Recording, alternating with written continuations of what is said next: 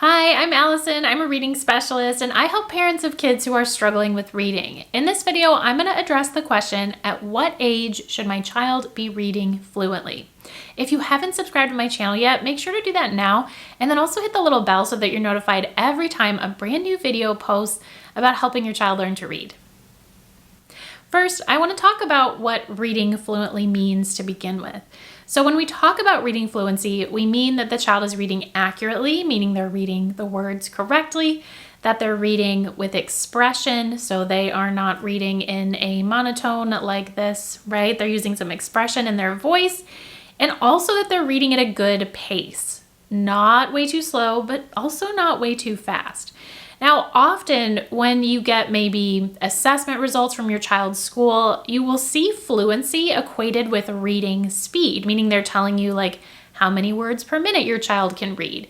And that, it's not the full picture of fluency, but it is still a really big piece of it, because for kids to be able to understand what they're reading, they have to be able to read quickly enough. Because if you're reading a text very slowly and taking a long time figuring out the words, then your brain space is not freed up. Their working memory is not freed up to focus on understanding whatever they're reading. And that's the whole point of reading, right?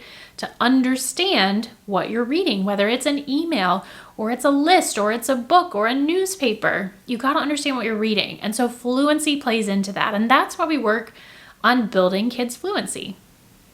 Question for you: on a scale from 1 to 3, 1 being not fluent at all and 3 being very fluent, where would you say your child is with their fluency right now? I would love for you to just evaluate that and type 1, 2, or 3 in the comments.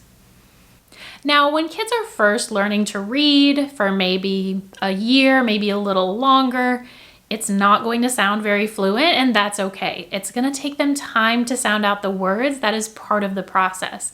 However, based upon like the type of instruction that kids usually get in the United States and Canada and other countries too, typically kids are going to be sounding more fluent. It's going to be sounding more natural. It's going to be easier for them by around ages 7 or 8. Again, there are differences between kids. It might happen for some kids when they're 4, and it might happen for some kids when they're older. But by 7 or 8, there should be, some increased level of fluency. Now, like I mentioned earlier, reading speed is an important component of reading fluency. And so that's actually something where, you can ask your child's teacher about it.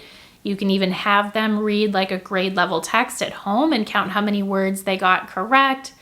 And then, give them a minute to read, but basically, or more to read.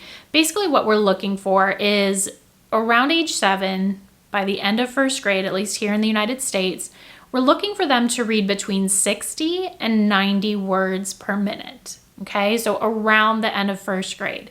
Now, by the end of second grade, so this would be around age 8, and again, I know this varies by kids sometimes, we're looking for 100 to 130 words per minute read correctly.